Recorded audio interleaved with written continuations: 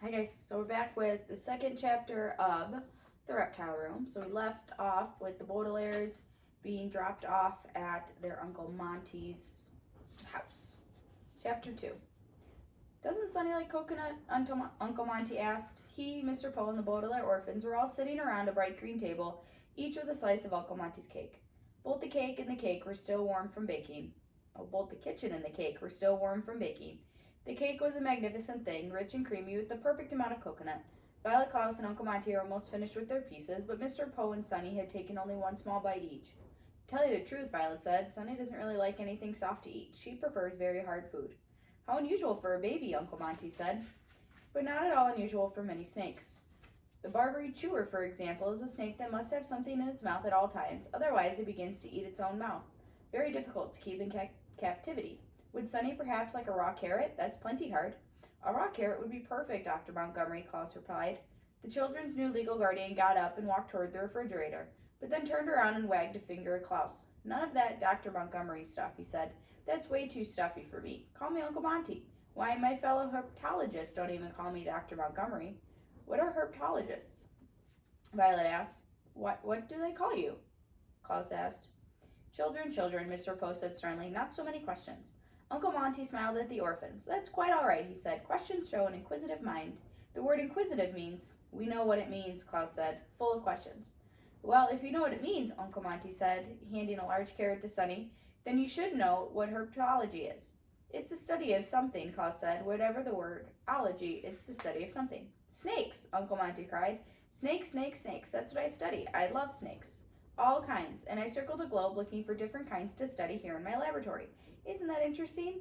That is interesting, Violet said. Very interesting. But isn't it dangerous? Not if you know the facts, Uncle Monty said. Mr. Poe, would you like a raw carrot? Well, you've scarcely touched your cake. Mr. Poe turned red and coughed into his handkerchief for quite some time before replying. No, thank you, Dr. Montgomery. Uncle Monty winked at the children. If you like, you can call me Uncle Monty as well, Mr. Poe. Thank you, Uncle Monty, Mr. Poe said stiffly. Now I have a question, if you don't mind. You mentioned that you circled the globe. Is there someone who will come and take care of the children while you are out collecting specimens?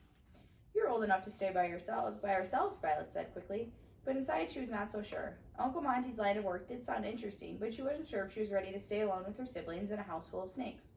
I wouldn't hear of it, Uncle Monty said. You three must come with me. In 10 days we leave for Peru, and I want you children right there in the jungle with me.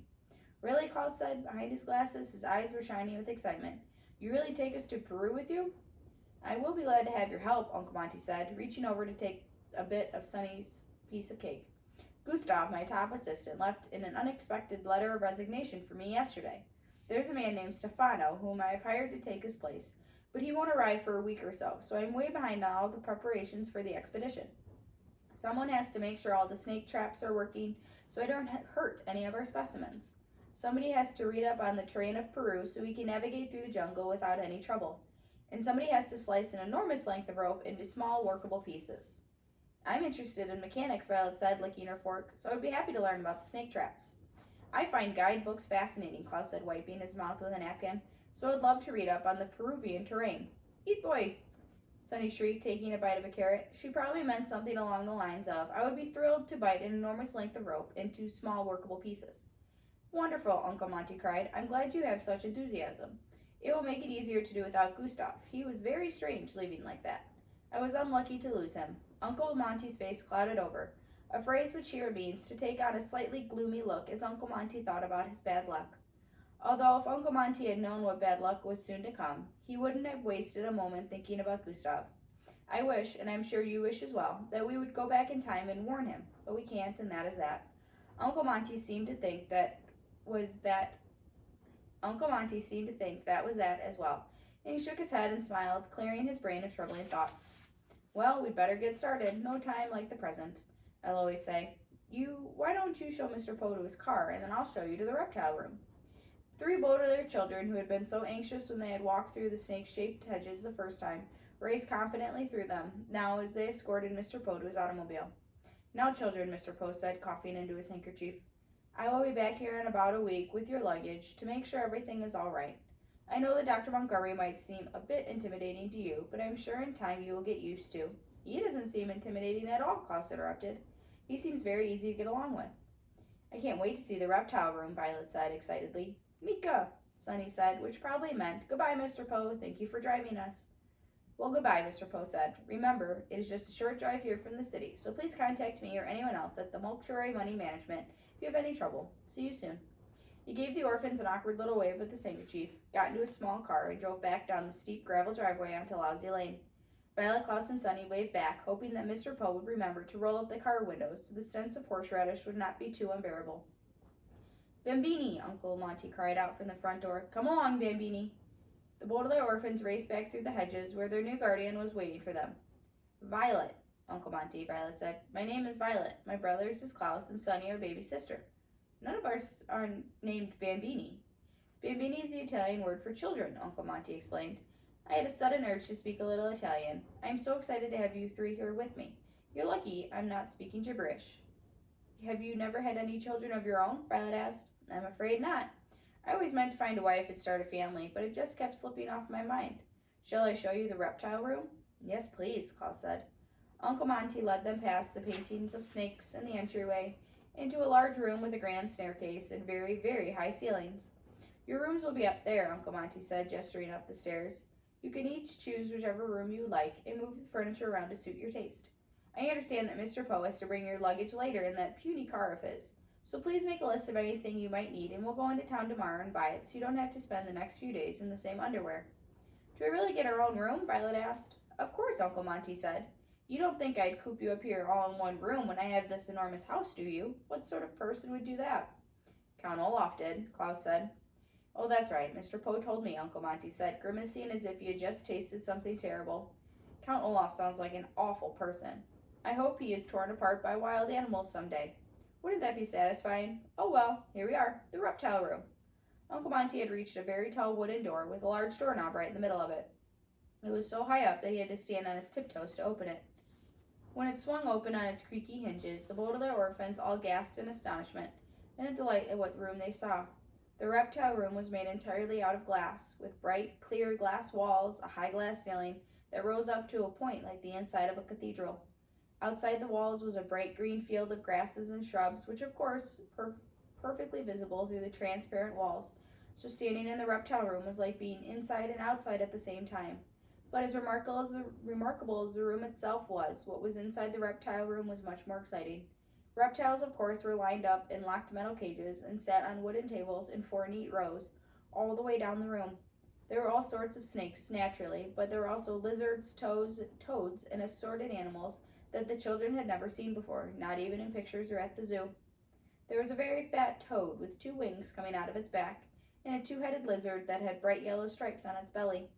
There was a snake that had 3 mouths, one on top of the other, and another that seemed to have no mouth at all. There was a lizard that looked like an owl, with wide eyes that gazed at them from a log on which it was perched in its cage, and a toad that looked just like a church, complete with stained glass eyes. And there was a cage with a white cloth on top of it, so you couldn't see what was inside at all. The children walked down the aisles of cages, peering into each one in amazed silence. Some of the creatures looked friendly and some looked scary, but all of them looked fascinating, and the Baudelaires took a long, careful look at each one, Klaus holding Sunny up so she could see. The orphans were so interested in the cages that they didn't even notice what was at the far end of the reptile room until they had walked the length of each aisle. But once they reached the far end, they gasped in astonishment and delight once more. For here, at the end of the rows and rows of cages, were rows and rows of bookshelves, each one stuffed with books of different sizes and shapes, with a cluster of tables, chairs, and reading lamps in one corner. I am sure you remember that the Baudelaire children's parents had an enormous collection of books, which the orphans remembered fondly and missed dreadfully since the terrible fire. The children were always delighted to meet someone who loved the books as much as they did. Violet, Klaus, and Sunny examined the books carefully as they had the reptile cages, and realized immediately that most of the books were about snakes and other reptiles. It seemed as if every book written on reptiles, from an introduction to large lizards to the care and feeding of the androgynous cobra, were lined up on the shelves, and all 3 children, Klaus especially, looked forward to reading up on the creatures of the reptile room. This is an amazing place, Violet said, finally breaking the long silence. Thank you, Uncle Monty said. It's taken me a lifetime to put together. And are we really allowed to come inside here? Klaus asked. Allowed? Uncle Monty repeated. Of course not. You are implored to come in here, my boy. starting first thing tomorrow morning. All of you must be here every day in preparation for the expedition to Peru. I will clear off one of these tables for you, Violet, to work on the traps. Klaus, I expect you to read all of the books about Peru I have and make careful notes. And Sunny can sit on the floor and bite rope. We will all work all day until supper time. Then after supper, we will go to the movies. Are there any objections? Violet, Klaus, and Sunny looked at each other and grinned. Any objections? The Baudelaire orphans had just been living with Count Olaf, who made them chop wood and clean up after his drunken guests while plotting to steal their fortune.